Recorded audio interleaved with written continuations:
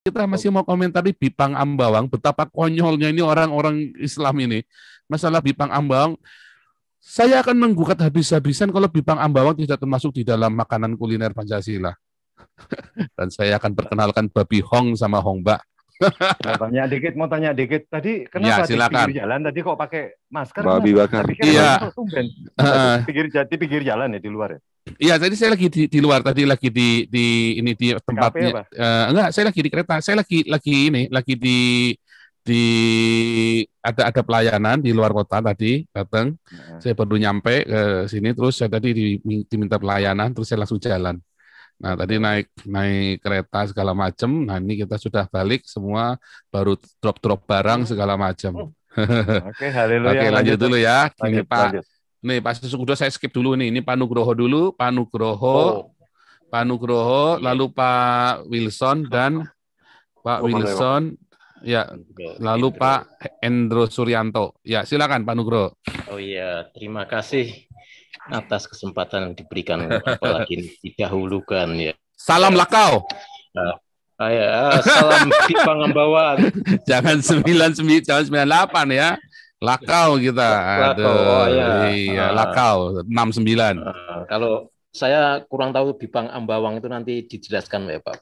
Ya, ini Bipang Ambawang ini yang jagonya ini nanti justru ini nih, Bipang Ambawang ini yang jagoan ini si ini nih. Pak Jenderal ini. Pak Jenderal wah, ini terminologi baru ini. Ya, kalau perlu dijadikan paradigma baru. Pancasila dengan Bipang Ambawang. Iya. Nanti simbolnya Garudanya diganti Bipang Ambawang kalau perlu. Ya. Selamat malam Bapak Ibu semuanya. Rahayu Sagung Dumadi, Om Swastiastu, Merdeka. Merdeka. Iya. Karena ini belum mulai kuliahnya Pak Jenderal, saya membuka dengan pertanyaan pembuka sembarang saja ini ya. Oh, Bipang Ambawang Pak, nggak boleh jauh-jauh. Iya, di Indonesia kita amati agama itu menjadi suatu yang sangat dominan ya. Ya, kalau kita pahami sebenarnya agama itu kan mestinya mengantarkan manusia ke jalan hidup yang benar. Ada kedamaian, ada persatuan, kita menuju ke surga. Rupanya surganya berbeda-beda bisa jadi atau bagaimana. Beda-beda. Tapi faktanya di Indonesia agama dibawa ke politik, jadi kita ke kehidupan masyarakat. Politik jadi kehidupan kemasyarakatan di Indonesia itu riskan. Ya, kalau kita pahami bahwa sungguhnya selama ini kita sering mendengar bahwa kita perlu mencintai produk dalam negeri, ya. Kita perlu memahami kearifan lokal. Nah, tapi memang faktanya bahwa sesungguhnya agama Islam, Kristen, apa yang diakui di Indonesia selama ini itu adalah datang dari luar. Tapi kearifan-kearifan yang ada dari dalam masyarakat, yang ada di dalam warga masyarakat Indonesia sebelum agama-agama itu masuk, misalnya kearifan agama orang Jawa, orang Dayak, orang Batak, dan suku-suku di Indonesia lainnya itu menjadi terpinggirkan oleh agama. Nah, ya memang satu sisi kita mengakui bersyukur kita mendapatkan anugerah keselamatan dalam Tuhan Yesus. Tapi penghargaan terhadap kearifan lokal rasanya kurang, misalnya seperti aliran kejawen, ajaran-ajaran kejawen dan sebagainya. Nah, repotnya agama dibawa-bawa ke masalah politik. Memang kenyataannya setahu saya Departemen Agama itu dibentuk sebagai kompensasi atas 7 kata dalam sila pertama yang dihapus. Ya, sampai sekarang pun masih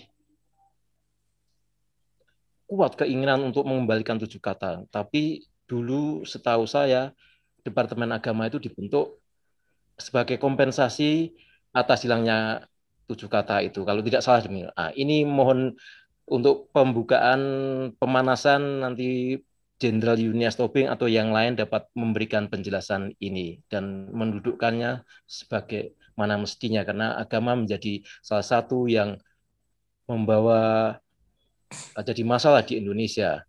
Beda dengan di negara lain, agama masalah pribadi. Nah, itu saja dulu. Terima kasih Pak Paul untuk memberi kesempatan yang lain. Nanti terkait dengan kuliah Pak Jenderal, ya nanti kita menyimaknya. Terima kasih Pak Paul. Ya, luar biasa nih Pak Nugroho, ini selalu kritis. Lanjut ya. Tadi Pak Wilson ya. Silakan Pak Wilson. Halo Pak, Om Swastiastu, salam sejahtera buat semua. Assalamualaikum, kedengaran Pak? Dengar jelas. Oke, tadi saya juga sebenarnya mirip pertanyaannya. Saya mau bertanya, kan kita ini kan ketuhanan yang Maha Esa di Pancasila, tapi kenapa kok kalau Departemen Agama itu hanya mengurus agama Islam aja? Tadi saya sama pertanyaannya sama Bapak yang sebelumnya. Nah, kan kenapa kalau orang Islam menikah itu di KUA, sedangkan kalau saya itu mesti di catatan sipil? Itu pertanyaan pertama saya. Apakah itu emang khusus untuk agama Islam aja, atau agama-agama yang lain kan kenapa nggak kantor urusan agama Islam aja, kenapa mesti kantor urusan agama gitu? Itu pertanyaan saya nggak tahu sih. Yang kedua, saya mau nanya, kalau dari Piagam Jakarta ke Pancasila kan ada yang hilang. Itu ya puji Tuhan hilang. Tapi itu sejarahnya kenapa bisa hilang? Itu aja Pak. Terima kasih. Yang hilang sejarah apa tadi maksudnya? Kan kalau di Bentar ya, Pak. Kan kalau di Piagam Jakarta itu ada kata syariah Islam, dengan menjalankan syariah Islam. Yang itu. Terus bagaimana sejarahnya di Pancasila bisa ditiadakan gitu, Pak? Terima kasih, itu aja. Wah, itu udah pernah kita bahas dulu tuh. Kalau nggak dihilangkan, orang Indonesia Timur nggak mau gabung. Minta lepas sendiri. Nggak mau gabung itu. Makanya harus gabung. Tapi kan terus akhirnya di pembukaan Undang-Undang Dasar 45 itu kata Tuhan diganti kata Allah. Dan itu ada kompensasi, jadi terbentuklah Departemen Agama itu. Nah, itu dia. Tapi nggak apa-apa nanti. Ini kan Pak Jenderal, Pak Jenderal tahu yang sejarahnya ini. Ini kan memang benar-benar intrik memang untuk mohon maaf Pak Paul, ini satu lagi. Boleh. Memang terkait dengan agama ini, memang kita merasakan ada ketidakadilan yang dirasakan. Ya, dalam kehidupan berbangsa, agama Kristen, Katolik dan lain berbeda dengan yang dialami oleh Islam. Ya, contoh saja, kalau di Indonesia banyak universitas, sampai di bidang pendidikan pun ya pelaksanaannya. Di Indonesia banyak universitas Islam. Ya, tapi di Indonesia tidak ada maksud saya universitas Islam negeri, tapi di pihak lain nggak ada universitas Buddha negeri, universitas Hindu negeri, universitas Kristen Katolik negeri, nggak ada. Itu salah satu bukti bahwa memang terjadi ketidakadilan. Itu salah satu komentar maksud saya. Nanti mau dapat dikomentari. Terima kasih Pak. Mau menambah tadi kalau terlewat. Ya, betul. Ya, memang kita tidak menuntut, mungkin lebih leluasa dengan berdiri Universitas Kristen sebagai swasta ya leluasa. Tapi itu fakta adanya ketidakadilan. Gitu. Ya. Terima kasih.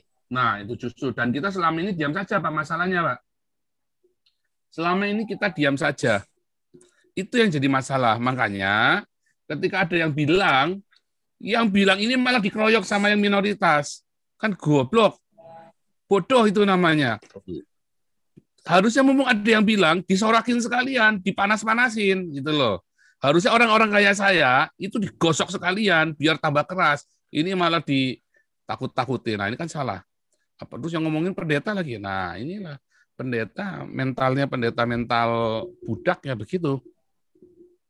Udah gitu berebut minta maaf, kan tambah goblok lagi, ya kan? Berebut minta maaf tambah goblok lagi. Nah, berarti ini pendeta-pendeta ini tolol, bodoh semua, ya kan, mental-mental budak semua. Saya ingat sekali orang-orang Mesir orang-orang Israel yang lagi di Mesir tuh, pendeta-pendeta ini mental budak semua.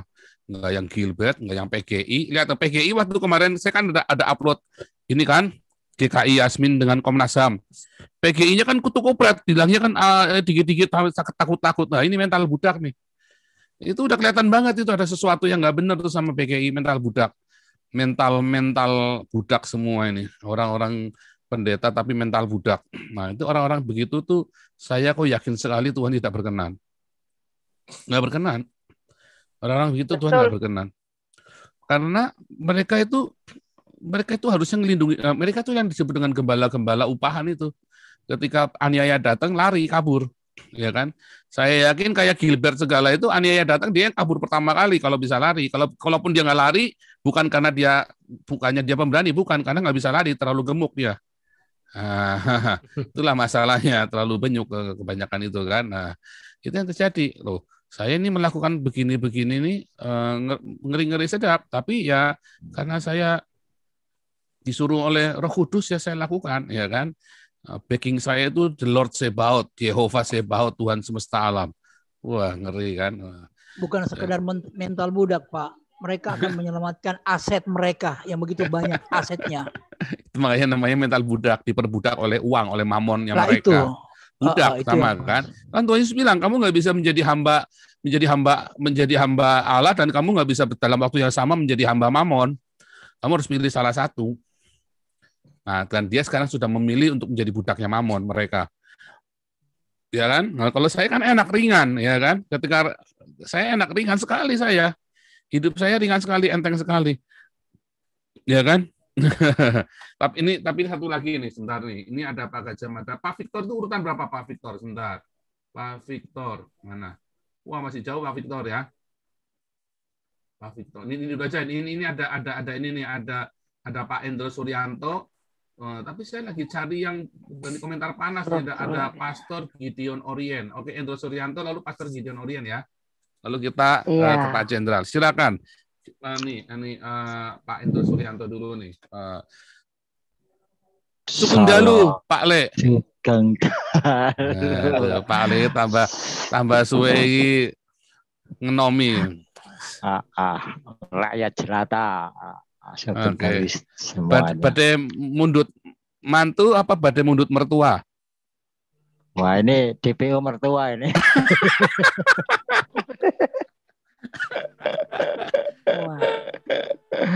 Aduh, ini judulnya apa? Bipang. Nah, ini Bipang. kembali ke Ngeri soalnya. kalau melihat ya melihat perjalanan UD 45 ini memang terseok-seok hingga kembali lagi ke UD 45 setelah pada tanggal 30 Mei 59 diadakan pemungutan suara kan.